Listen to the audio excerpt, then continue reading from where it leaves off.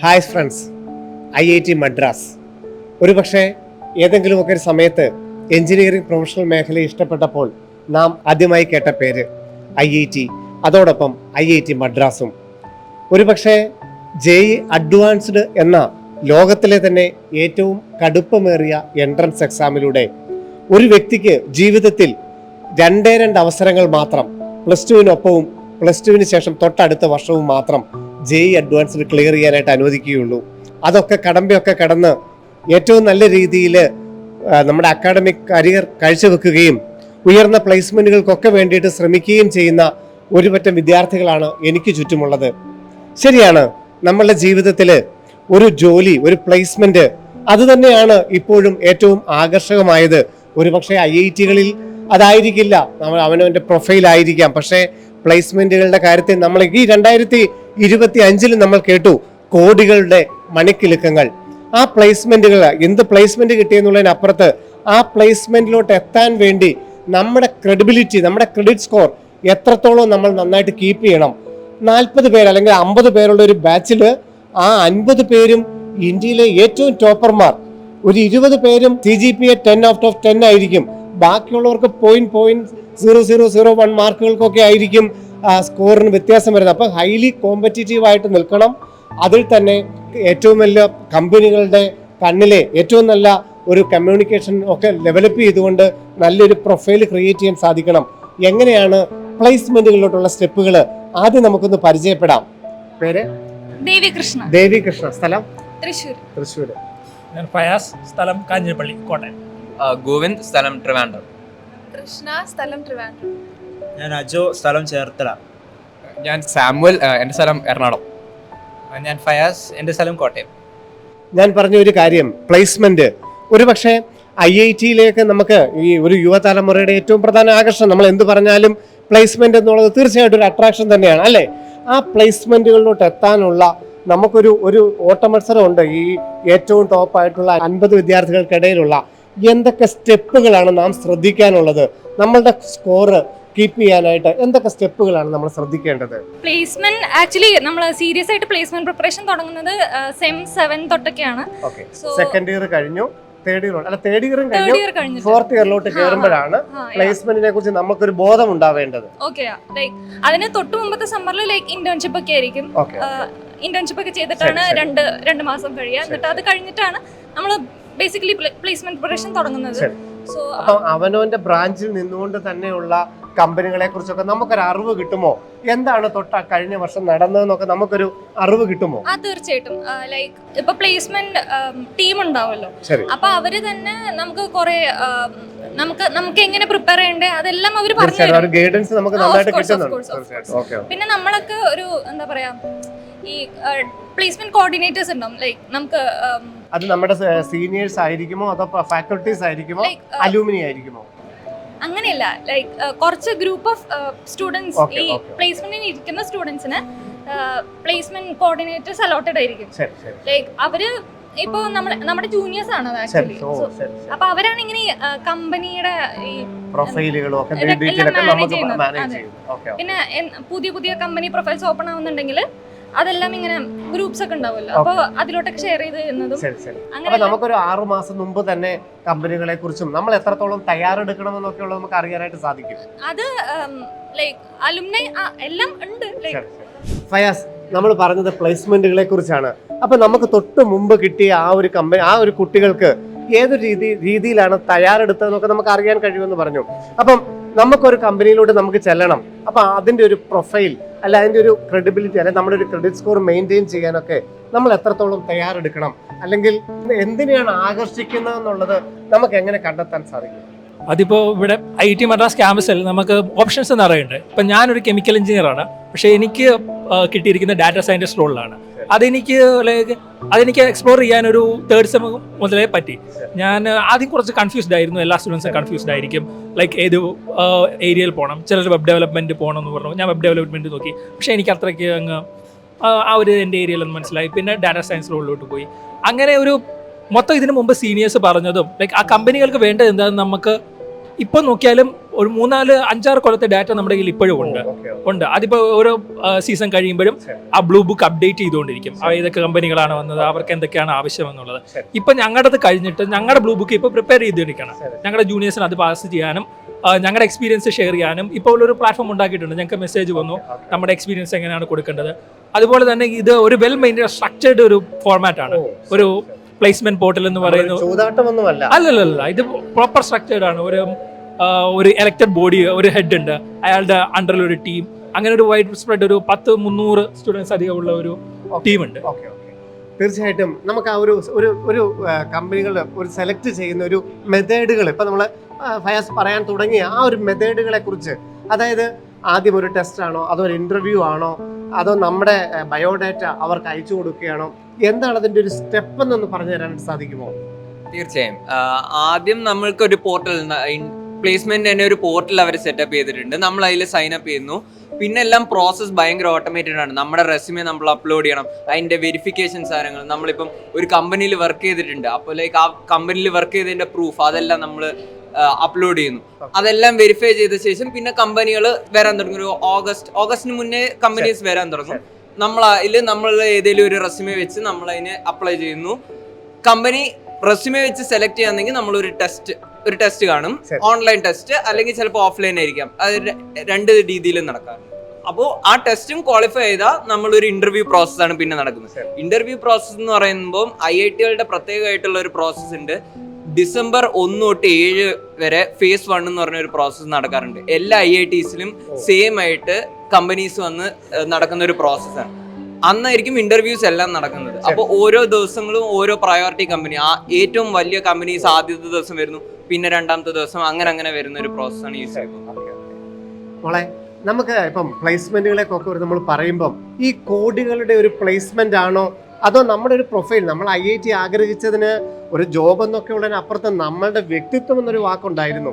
അപ്പൊ എന്തായിരിക്കാം ഒരു കമ്പനിയുടെ നമ്മളൊരു പ്രൊഫൈൽ അവിടെ നമ്മുടെ ബയോഡാറ്റ അവിടെ അപ്ലോഡ് ചെയ്യുമ്പം എന്തായിരിക്കാം നമ്മുടെ ബേസിക് നമ്മുടെ ഒരു നീഡ്, നമ്മുടെ ഒരു ഹയർ എഡ്യൂക്കേഷൻ ആണോ, നമുക്ക് എത്രത്തോളം സാധ്യതയുണ്ടെന്നുള്ളതാണോ, അതോ പ്ലേസ്മെന്റിന്റെ ഒരു വാല്യൂ, പാക്കേജിന്റെ വാല്യൂ തന്നെയാണോ? പൊതുവേ നമ്മൾ അപ്ലൈ ചെയ്യുമ്പോഴേക്കും നമുക്ക് ഇഷ്ടപ്പെട്ട ഒരു ഫീൽഡിലേക്ക് നമ്മൾ നോക്കും. ആദ്യം ഈ ഒരു കമ്പനി നമുക്ക് ഇതുവരെ നമ്മൾ നേടിയ സ്കിൽസ് ഒക്കെ യൂസ് ചെയ്യാൻ പറ്റുന്ന ഒരു കമ്പനിയാണോ എന്നാണ്. രണ്ടാമത് മാത്രമാണ് നമ്മൾ അതിന്റെ പാക്കേജ് നോക്കുന്നത്. കാരണം അത് നമുക്ക് ഇഷ്ടപ്പെട്ട ഒരു മേഖലയാണെങ്കിലേ നമുക്ക് അതിൽ ചെയ്തു പോകാൻ പറ്റുകയുള്ളൂ. 2 രീതിയിലും അല്ലേ, നമുക്ക് അവർക്ക് ഒരു ഗുണം ഉണ്ടാവണം, നമ്മൾ ഇത്രയും നാള് നമ്മള് റെസ്യൂമേല് എഴുതി വെച്ചതെല്ലാം നമ്മളെ കൊണ്ട് യൂസ് ചെയ്യാൻ പറ്റണം എന്നൊരു രീതിയിലാണ് ഞാൻ പ്ലേസ്മെന്റിനെ സമീപിച്ചത്. അവിടെ ആൺകുട്ടികൾ പെൺകുട്ടികൾ ഒരു വേർതിരിവ് എപ്പോഴെങ്കിലും നമുക്ക് അങ്ങനെ, ഇപ്പം നമുക്ക് ഈ ഒരു ക്യാമ്പസുകളിലൂടെയൊക്കെ ഞങ്ങൾക്ക് എത്തിയപ്പോൾ ഏറ്റവും അധികം ആകർഷണമായിട്ട് തോന്നിയത് യാതൊരു വിധത്തിലുള്ള വേർതിരിവുകളോ ഒന്നും നിങ്ങൾക്കത് ഫീൽ ചെയ്യുന്നില്ല. ഈ പ്ലേസ്മെന്റുകളുടെ കാര്യത്തിൽ കമ്പനികൾ ഓപ്റ്റ് ചെയ്യുമ്പോൾ അങ്ങനെ എന്തെങ്കിലും ഒരു വ്യത്യാസമുണ്ടോ? പൊതുവെ പെൺകുട്ടികളുടെ എണ്ണം കുറവാണ്. അതുകൊണ്ട് കമ്പനികൾ തന്നെ കൂടുതൽ പെൺകുട്ടികളെ ഹയർ ചെയ്യാൻ നോക്കുന്നുണ്ട്. തീർച്ചയായിട്ടും അവർക്ക് പ്രത്യേക ഒരു പ്ലേസ്മെന്റ് പാക്കേജോ അല്ലെങ്കിൽ ഒരു തരത്തിലുള്ള ജോലികൾ മാത്രമേ, അങ്ങനെയൊന്നും ഇല്ലല്ലോ. അങ്ങനെയില്ല. നിങ്ങൾക്ക് ഇഷ്ടമുള്ള ഏത് മേഖലയാണെങ്കിലും നിങ്ങൾക്ക് പോയി ചെയ്യാനെന്നുള്ളതാണ്. അതിന് ഇത് മെയിൽ ഡോമിനേറ്റഡ് ഫീൽഡ് ആണോ അങ്ങനെ നോക്കേണ്ട ഒരു ആവശ്യമില്ല. ഞാൻ ഒരു പക്ഷേ സോഫ്റ്റ്വെയർ ആണ് എടുത്തിരിക്കുന്നത്, പക്ഷെ അതിൽ ഗേൾസ് കുറവാണ്.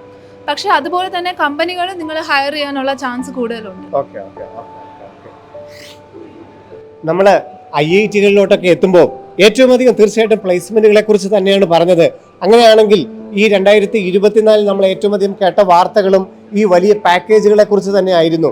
ആ ഒരു പാക്കേജുകൾ, അതായത് ഈ പറയുന്ന പ്ലേസ്മെന്റുകളൊക്കെ പറയുന്നത് ഏത് തരത്തിലുള്ളതാണ് ഇവിടെ എത്തിക്കൊണ്ടിരിക്കുന്നത്? അതായത് ഇപ്പം ഞങ്ങളൊക്കെ പറയുകയാണെങ്കിൽ ആദ്യത്തെ പാക്കേജ് എന്ന് പറയുന്നത് ഈവൻ എമൗണ്ട് തന്നെ ആയിരിക്കും. അതോടൊപ്പം ഹയർ സ്റ്റഡീസ് തന്നെയാണ്, നമ്മളുടെ ബാക്കിയുള്ള എല്ലാ നമ്മളുടെ നീഡ്സും അവർ അംഗീകരിക്കും. അപ്പോൾ പാക്കേജുകളെ കുറിച്ചൊന്ന് പറഞ്ഞു തരാമോ?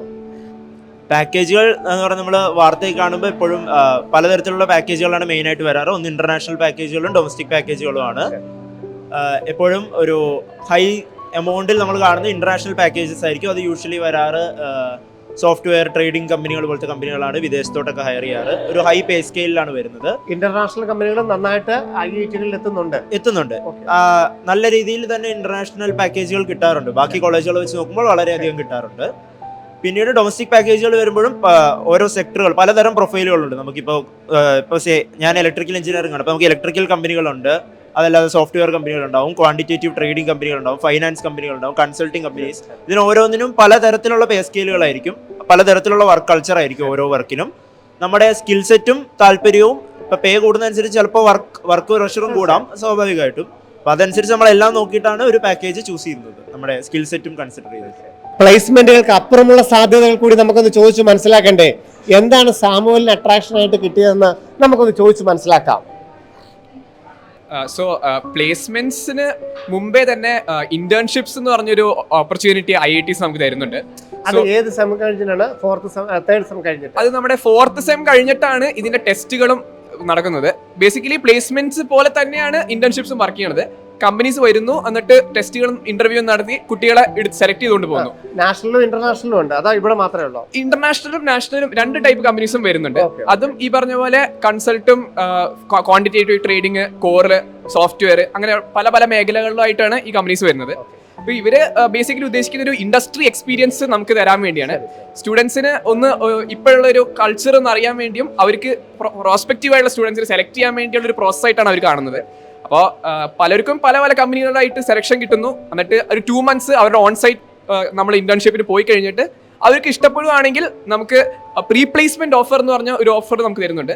സോ ബേസിക്കലി നമുക്ക് പ്ലേസ്മെന്റ് സീസൺ തന്നെ ഫുള്ളി സ്കിപ്പ് ചെയ്തിട്ട് ഡയറക്ട്ലി നമുക്ക് ജോലി തരുന്ന ഒരു ഇതാണ്. IIT-കളുടെ സാധ്യതകൾ അനന്തം തന്നെയാണ്. അടുത്തതായിട്ട് നമുക്ക് ഡ്യുവൽ ഡിഗ്രി പ്രോഗ്രാമുകളെ കുറിച്ചാണ് നമുക്ക് ചോദിച്ചറിയാനുള്ളത്. നമുക്ക് 2 ഫയാസുമാരാണ് നമ്മൾ പരിചയപ്പെട്ടത്. ഫയാസിന് എന്താണ് പറയാനുള്ളതെന്ന് കൂടി നോക്കാം. ഡ്യുവൽ ഡിഗ്രി പ്രോഗ്രാമുകൾ. ഞാനിവിടെ ജോയിൻ ചെയ്തത് ഒരു engineering design dual degree branch student ആയിട്ടാണ്. അത് ഡയറക്റ്റ്ലി ഒരു 5 year കോഴ്സാണ്.